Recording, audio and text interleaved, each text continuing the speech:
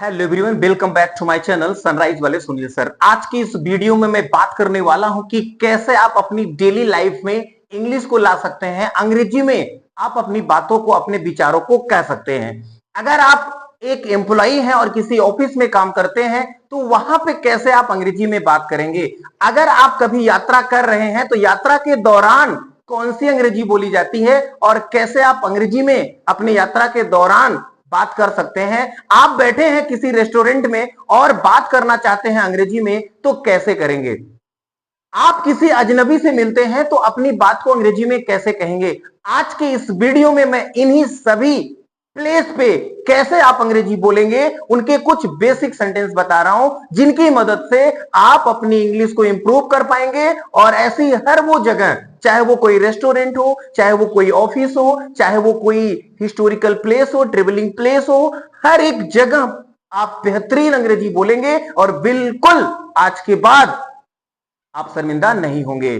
तो बने रहिए हमारे साथ, बेहतरीन होने वाला है आज का ये वीडियो। आप हमारे साथ वीडियो के अंत तक बने रहिए। और अगर वीडियो पसंद आया तो वीडियो को लाइक जरूर करिएगा। और अगर अभी तक आपने हमारे चैनल को सब्सक्राइब नहीं किया है तो प्लीज चैनल को सब्सक्राइब कर ले, ताकि हमारा वीडियो आप तक पहुंचे सबसे पहले। तो चलिए शुरू करते हैं आज का ये वीडियो। और सबसे पहले मैं आपको बताता हूं, अगर आप ऑफिस में काम कर रहे हैं, एक ऑफिस एम्प्लॉई हैं या ऑफिस के बॉस हैं, सर्वे सर्वा आप हैं, चाहे जिस पोस्ट पे आप हैं, तो कुछ ऐसे सेंटेंसेस होते हैं जो 100% आप अपने ऑफिस में अपने काम के दौरान बोल सकते हैं। जैसे पहला सेंटेंस हमने बोर्ड पे लिखा है, चलिए एक मीटिंग तय करते हैं। आप अपने एम्प्लॉइयों से या एम्प्लॉई एक दूसरे से कह सकते हैं कि इस मुद्दे पे एक मीटिंग होनी चाहिए, और वो कहते हैं कि चलिए एक मीटिंग तय करते हैं, तो अंग्रेजी में बोलेंगे लेट्स शेड्यूल अ मीटिंग। एक मीटिंग शेड्यूल करते हैं। मैं इस पर काम कर रहा हूं। मीटिंग के दौरान सपोज करो बॉस ने कहा कि ये वाला काम कहां तक पहुंचा, कौन कर रहा है, कौन इसे देख रहा है, तो एक एम्प्लॉई आप हैं और आप कहेंगे sir I am working on it. क्या बोलेंगे? I am working on it, मैं इस पे काम कर रहा हूं। क्या आप मुझे ताजा जानकारी दे सकते हैं? आपके बॉस ने आपसे पूछा कि काम कहां तक पहुंचा, क्या आप अपने काम की अपडेट्स मुझे दे सकते हैं, ताजा जानकारी दे सकते हैं। अब आप बोलना होगा, वहां इंग्लिश में पूछा जाएगा, ये could you give me an update. आप अपने किसी एम्प्लॉय से पूछ रहे हैं कि ये काम कहां तक पहुंचा है, could you give me an update. मैं जल्द ही आपको जवाब दूंगा। सामने वाला कह रहा है हाँ, इसको मेंटेन करके मैं आपको बताने वाला हूं, जल्द ही बताऊंगा। तो I will get back to you soon, I will get back to you, मैं आपके पास वापस आ रहा हूं जल्द ही, अर्थात जल्द ही आपको मैं जवाब दे रहा हूं। मुझे इस बारे में कुछ स्पष्टीकरण चाहिए। स्पष्ट करिए क्यों हुआ, कैसे हुआ। अब इंग्लिश में आप कहोगे I need some clarification on this topics. कुछ ऐसे ये सेंटेंस हैं जो हम अपने ऑफिस में 100% यूज कर सकते हैं। आपको कोई ग्रामर नहीं जानना, कोई रूल एंड रेगुलेशन में नहीं उलझना है, बस बताए हुए सेंटेंस को रटिए, याद कर लीजिए और अपने काम के दौरान आप बोलिए, एक अच्छा इंप्रेशन बनाइए। तो आगे मैं आपको बताता हूं कि अगर आप एक रेस्टोरेंट में अपनी फैमिली के साथ, अपने बच्चों के साथ, अपने दोस्तों के साथ बैठे हुए हैं और अंग्रेजी में बातचीत करना चाहते हैं तो क्या कहेंगे। चलिए जानते हैं कि अगर हम बैठे हैं अपने दोस्तों के साथ किसी रेस्टोरेंट में तो कैसे अंग्रेजी में अपनी बात को शुरू करेंगे और एक अच्छा इंप्रेशन बनाएंगे। तो सबसे पहले अपने दोस्तों के साथ आप बैठ गए हैं, तो सबसे पहले हम क्या करते हैं, भैया मेनू किधर है, क्या क्या ऑर्डर करना है। तो आपको बोलना है क्या हमें मेनू मिल सकता है, और आप आज के बाद बोलेंगे in English could we have the menu please. यहां की खास डिश क्या है, आप पूछिए what is the speciality of this place. Okay. और ये सेंटेंस आप किसी भी जगह के लिए पूछ सकते हैं, जिस जगह पे आप हैं। अगर आपने कह दिया, ये लाइन आप कहीं भी, रेस्टोरेंट में है वहां पे, किसी स्कूल में है वहां पे, किसी गार्डन में है वहां पे, किसी मार्केट में है वहां पे, अगर आपने कह दिया what is the speciality of this place, इसका मतलब उस प्लेस की खास। रेस्टोरेंट में है तो रेस्टोरेंट की खास का मतलब कौन सी डिश खास है, तो आपने पूछ दिया what is the speciality of this place. किसी गार्डन में है आपने कह दिया तो मतलब उस गार्डन का खास क्या है, कौन सा फल, कौन सा फूल। किसी शहर में है आप और आपने कह दिया what is the speciality of this place, मतलब उस शहर की क्या खास बात है, क्या खासियत है, वो शहर क्यों फेमस है। आई होप ये आपको समझ में आ रहा होगा। सेंटेंस एक है और अनेक जगह पे आप इसका इस्तेमाल कर सकते हैं, कोई ग्रामर ना आए, कोई दिक्कत नहीं है, बस एक सेंटेंस याद रखिए, आपको ऑटोमेटिकली बोल देना है। आप गए रेस्टोरेंट पे, खाना आ गया, खाना आपने खा लिया, एक लाइन आप जरूर वहां बोल दीजिए, द फूड वाज डिलीशियस, खाना बहुत अच्छा था।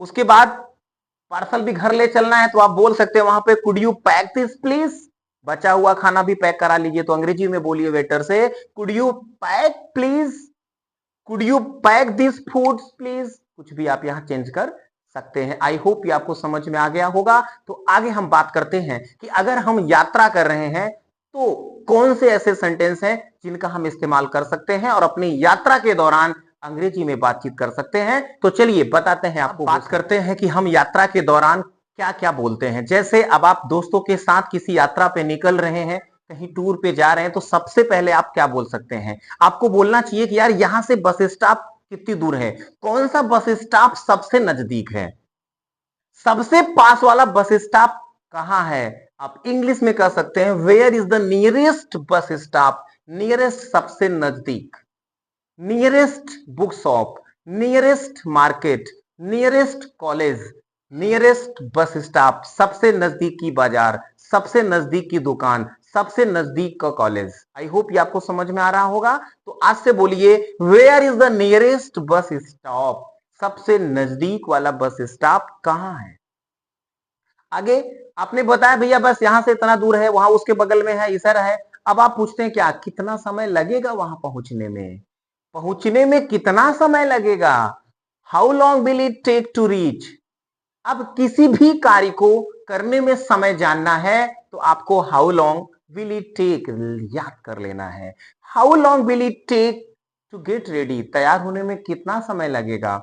How long will it take to reach, पहुंचने में कितना समय लगेगा। How long will it take to return, to come back, वापस आने में कितना समय लगेगा।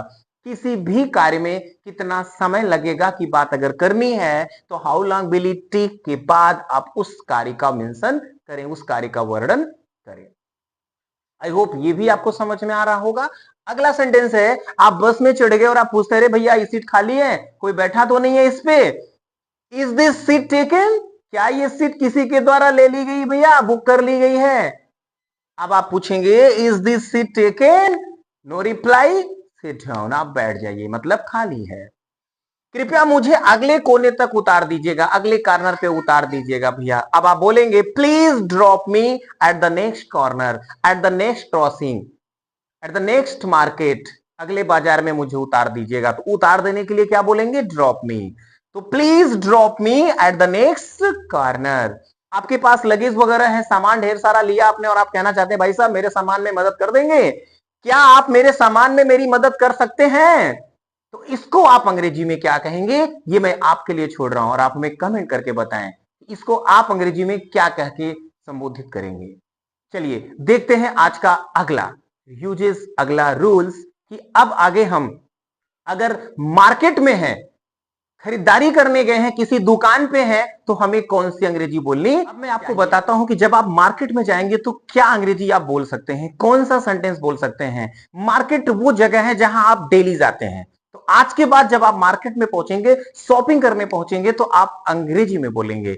आप जब भी मार्केट में पहुंचते हैं, कोई सामान लेते हैं तो उसका दाम पूछते हैं, इसकी कीमत क्या है। तो आज से पूछिए how much does this cost, how much does this cast.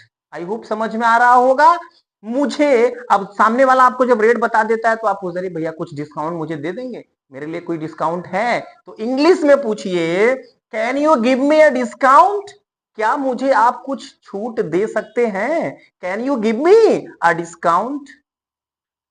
क्या आपके पास या किसी और रंग में है, आप देखते हैं कपड़ा देख रहे हैं, कपड़ा आपको पसंद आ गया और आप कहते हैं भैया कलर तो थोड़ा कम जम रहा है, कपड़ा मुझे अच्छा लग रहा था, क्या इसका कोई दूसरा कलर दिखाएंगे। तो आप इंग्लिश में बोलिए डू यू हैव दिस, क्या आपके पास ये है इन अ डिफरेंट कलर, किसी और कलर में। Do you have this in a different rate, क्या किसी और रेट में और भाव में भी ये है। आई होप ये आपको समझ में आ रहा है, चेंज कर लीजिए do you have this in the different colour. मैं बस देख रहा था भैया, लेना नहीं, बस मैं देख रहा था। तो आप अंग्रेजी में कहिए I am just looking around, I am just looking around. अगला है आपने उनको पैसा दे दिया, अब आप चल रहे हैं, उन्होंने कहा भाई साहब ये चेंज ले लीजिए, आपने कहा छुट्टे पैसे अपने पास रखो। तो इंग्लिश में इसको क्या कहोगे आप, ये आप मुझे कमेंट करके बताओ। अपनी डेली लाइफ में ऐसे और भी सेंटेंस हैं जो हम जबरदस्त प्रभाव बना सकते हैं अगर अंग्रेजी में बोल रहे हैं। तो ऐसे सेंटेंसों को जब आप अपने व्यवहार में लाते हैं, बोलने लगते हैं, तो आपका कॉन्फिडेंस बढ़ता है। आप 3 सेंटेंस याद करोगे, 3 जब लोगों के बीच में बोलोगे तो वो 3 सेंटेंस कैसे 30 में कन्वर्ट होगा और फिर 30 से कैसे 300 सेंटेंस में कन्वर्ट हो जाएगा, आपको पता भी नहीं चलेगा मेरे दोस्त। बस शुरुआत तो करके देखो। शुरुआत के लिए सेंटेंस आपके लिए है, तो आज से प्रैक्टिस करना शुरू कर दीजिए। चलिए अब हम देखते हैं और भी इस तरीके के डेली लाइफ में यूज होने वाले, बताता हूं ऐसे छोटे छोटे वाक्य जो आप डेली अपनी लाइफ में बोलते हैं या बोल सकते हैं। अगर आज तक नहीं बोले हैं तो आज से बोलना शुरू कर दीजिए और अपनी इंग्लिश को इंप्रूव करिए। अगर आप नहीं बोलते हैं तो आपको लगता है गलत हो जाएगा, नहीं बोल पाऊंगा, लेकिन आप बोलना शुरू कर दीजिए। पहले वर्ड बोलिए, फिर सेंटेंस बोलिए, 2-4 वर्ड बोलिए, 2-4 सेंटेंस अपने व्यवहार में लाइए, धीरे धीरे उनको बढ़ाइए। आपकी हेजिटेशन अपने आप समाप्त हो जाएगी, आपको पता भी नहीं चलेगा। तो चलिए बताते हैं वो कौन से सेंटेंस हैं जो अपनी डेली लाइफ में हम बोल सकते हैं। कैसा चल रहा है, हम जब भी किसी से मिलते हैं और क्या हो रहा है, क्या चल रहा है, कैसा चल रहा है, आप इंग्लिश में कहिए how is it going, how is it going. बहुत समय से मिले नहीं, बहुत दिन हो गए आपसे मुलाकात हुए, आप बोलेंगे it has been long time to see you, it has been long time to meet you. इससे कोई फर्क नहीं पड़ता, मिले कि ना मिले, दोस्ती नहीं खत्म होगी। जब भी आपको कहना है कि इससे कोई फर्क नहीं पड़ता, आप बोलो it doesn't matter, it doesn't matter, कोई फर्क नहीं पड़ता, कोई बात नहीं।